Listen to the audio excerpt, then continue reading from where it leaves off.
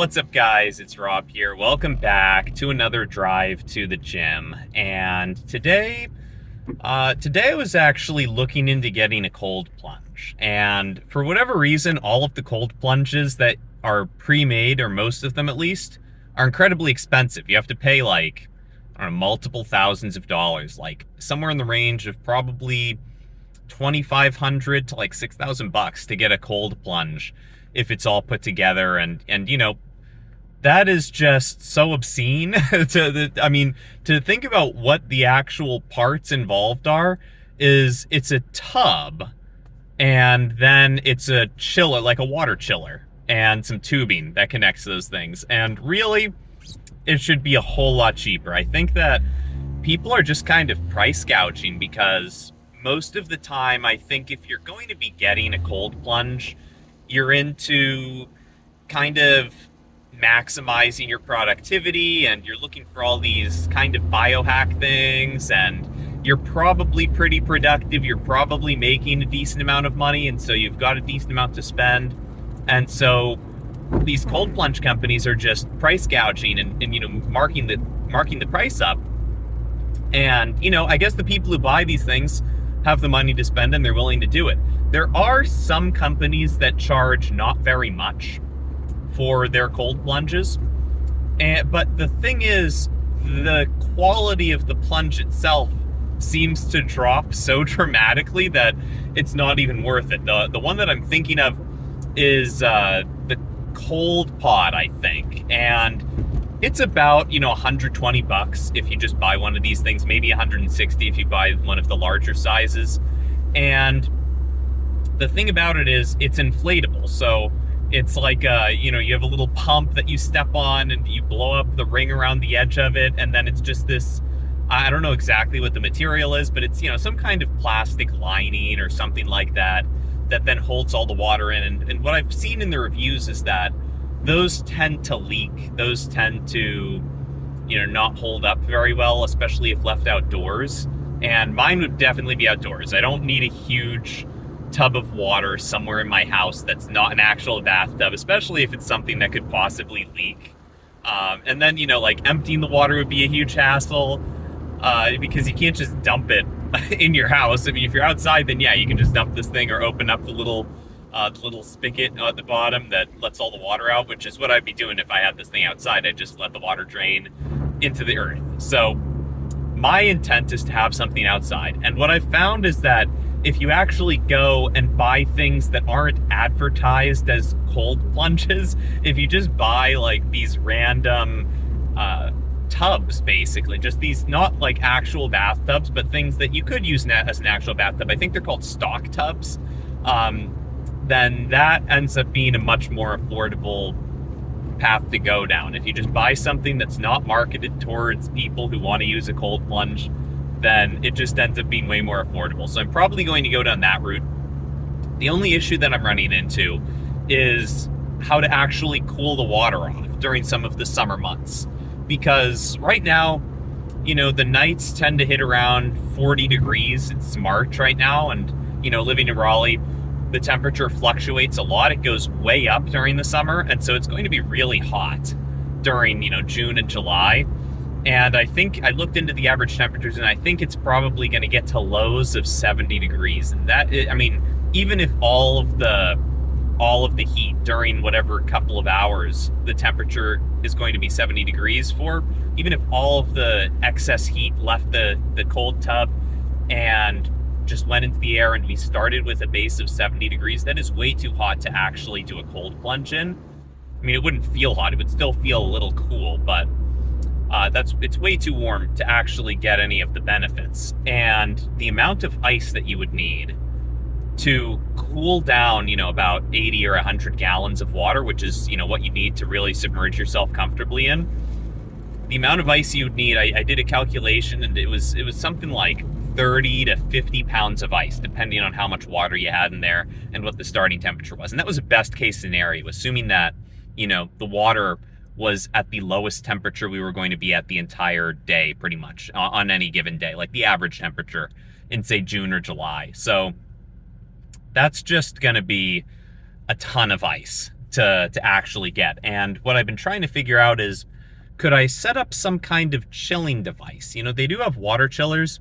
Those tend to go for maybe, I mean, I haven't done too thorough research into this. There are differences in, you know, the type of chiller, and some are made for aquariums, some are actually made for cold plunges. Once again, the ones that are made for cold plunges, the prices get way marked up. They're like, they're like over $1,000 for sure if you want to get a chiller for a cold plunge. But for aquariums and stuff, you can get them and they're like $500 or $600.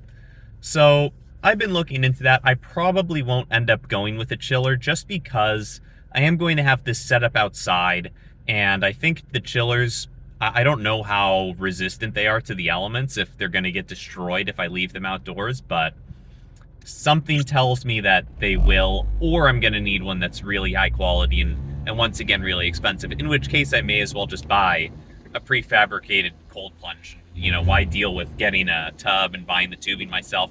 I'd rather just buy it all together if I'm already going to be spending the big bucks on it. So what I'm thinking is just starting off, getting the cold plunge, getting the tub itself, right? And filling that up. I can use it for a couple of months until it starts to get really hot. We still have, you know, pretty low temperatures during the night, and we will for another couple of months, so it should be good for a while if I use the plunge in the morning before the water actually heats up during the day. And then I'm looking into either getting a chest freezer or maybe some kind of standing freezer, and just having a couple of not actual ice tray molds, but they're really large silicone molds of just blocks of ice that you can get, or just some kind of box or tray or something that could hold, you know, a couple pounds of ice in it after it's been frozen. And then just putting those in the plunge and letting that cool the water off enough to, you know, get some kind of benefit. I'm thinking about doing that. We'll see what ends up happening with that. It might be too big of a hassle to deal with. I think like the real beauty of the plunge would be if I could just get the tub and use it during the months when we are going to have cooler temperatures. I think that's the real upside to it. And the reason I got into this initially was I started watching this guy on YouTube, and he actually lives out in Oregon. So, I mean, it's snowy all the time. It's great weather to do this because, you know, Oregon just doesn't get nearly as hot as North Carolina. And so during the nights, you're always going to have pretty cool temperatures, even during the summer months. So he just has his tub, he just has it outside, and it cools off during the night. And it just seemed so easy when he did it that way that I thought, okay, I may as well give this a shot. And I think it will work for a couple of months. It'll work pretty well. Hopefully the water doesn't get super nasty during the day. I know that we have it a lot hotter here. It does get up to, like, you know, it's in the high 70s, sometimes the 80s, and you know, during the summer, sometimes the 90s, we get into the high 90s. I don't know if we got into the hundreds. We very well may have. It was a very hot summer this summer. And, you know, hopefully the water doesn't get super nasty. If it does, then I might just have to empty the tub out during the summer months and forsake it for those months.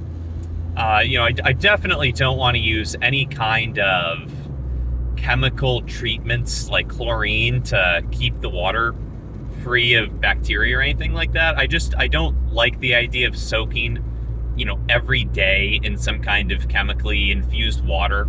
That just doesn't appeal to me. That seems kind of like the opposite of a health benefit.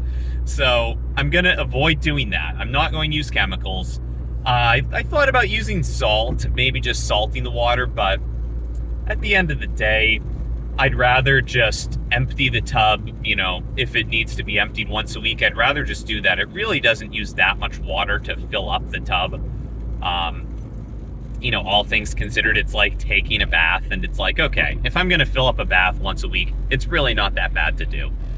So I think that might be the route that I end up going down, if it's even possible to get the water cool enough. I mean, once again, that's going to be the real challenge. If you guys have any tips or tricks, or if any of you guys have a cold plunge yourself and you live in a warm area, or just if you have it anywhere and you've got any advice for me, I would love to hear it. You know, this will be new. This will be fun to do. And, you know, I was thinking about it, and as I was looking at all these costs, it's probably going to end up costing, you know, at a minimum $150 just to get the tub and some kind of cover for it. And then, on the upper end, it could end up costing close to 1,000 if I end up getting some kind of chiller, or even if I need to get a chest freezer and then some containers to hold this water in. It could end up costing over 1,000, or close to 1,000. And I was looking at it and I was like, do I really want to spend that? But then I was thinking, you only live once, and this is something I've wanted to do for a while. The 1,000's not going to make or break me. And so I figured I may as well throw it that way, right? It's not the most frugal way to be, but I've kind of taken to that mindset a little bit more that, one, you've got to spend money to make money. I think that's just something I've come to accept, having had to throw a lot of investment towards starting my own business. I've had to accept that, look, you've got to spend some money to make money. I mean, there are ways to do it where you spend very little, but things are just so much more seamless if you're willing to put up some initial investment. You can really get a much better end situation and end product if you're willing to do that. And so I think the same kind of goes in life. Like, it's not absolutely necessary that you spend money to have a good time and live the kind of life that you want. You could absolutely do it on the cheap or for free, even if you figure out a way to, just live while hiking across the country or something. Maybe you could figure out how to live almost for free. But I think that just accepting, like, hey, you got to spend some money here and there to have a good time and to do what you want to do. And, you shouldn't be scared to spend the money, right? If you have plenty of money and you're not like in a dire situation, it's okay to spend some. You don't need to be ultra frugal. Once again, it depends on what your goals are and what your means are. But I'm in a situation where, for many years I've been extremely, extremely frugal. And that has served me very well, right? It allowed me to save up a decent amount of money. It allowed me to invest that money well. And it allowed me to make a lot of money, with the money that I saved. And now I'm in a situation where, spending little bits here and there that I would have been very scared to spend in the past, or that I would have just been very averse to spending in the past, it's more of a drop in the bucket than, it's not like I'm spending my life savings at that point. Just as time has gone on, there's been more money around, and so it's become more reasonable, I think, for me to spend money. And that's something that I'm trying to get more comfortable with. I still am pretty averse to it, I will admit. I mean, you guys see the car I'm driving in. I got this car for $2,800. It was a steal right before COVID. Crazy good deal. But it's not the nicest car. I mean, I love it. It takes me everywhere I need to go. It has some problems. There's no AC. I've tried fixing the AC like 6 different times with multiple different mechanic shops, and it's just not been working. So, it has its issues. It does get really hot in here during the summer. The upside is that's a free sauna session, right? You get in here and it's like, maybe 100 degrees because it's, 90 degrees outside, and then the car is just concentrating all of that heat. It gets quite hot in here. So it's a free sauna session. That's how I look at it. Usually I'm not driving anywhere further than like 20, 30 minutes. And so, I do get out of the car and I'm pretty sweaty sometimes, but if I'm not going anywhere too formal, that's okay. It tends to be that if I am going somewhere where I need to be, dressing up a little bit more, it is in the evening. It's after the sun has set, and then, the car has had a chance to cool down. The ambient temperature around me is a little cooler, and it's not that big a deal to be driving, without AC. But earlier in the day, it can be kind of brutal sometimes. But, that's just one of the things. I mean, I'm sure that eventually I'll come around to getting a new car, but my intent right now, I just can't justify it. I can't justify getting a new car because this car has served me so well. And really, it's just a means to an end. Like, I do get from place to place in it. A car, for me, has never really been this luxury item that I enjoy spending time in necessarily. I don't get into a car for the enjoyment of the car itself. I get in there because I want to get where I'm trying to go. And so as long as it's getting me where I'm trying to go and it's safe and all that, I don't really have a problem with it. So I'm going to stick with this car for a while. That's one of the areas where I am going to continue being frugal, even though a lot of people. I mean, my mom, every time she asks me about my car, I can hear in her voice that she wants me to buy a new car, but I just don't want to do it. I enjoy driving this car, and you know, I'm sure I would enjoy driving a newer car more, but I don't want to spend the money on it. I like this car, and something about it, you know, just the fact that I got it, you know, years ago for such a cheap price, there's something about that that I really like.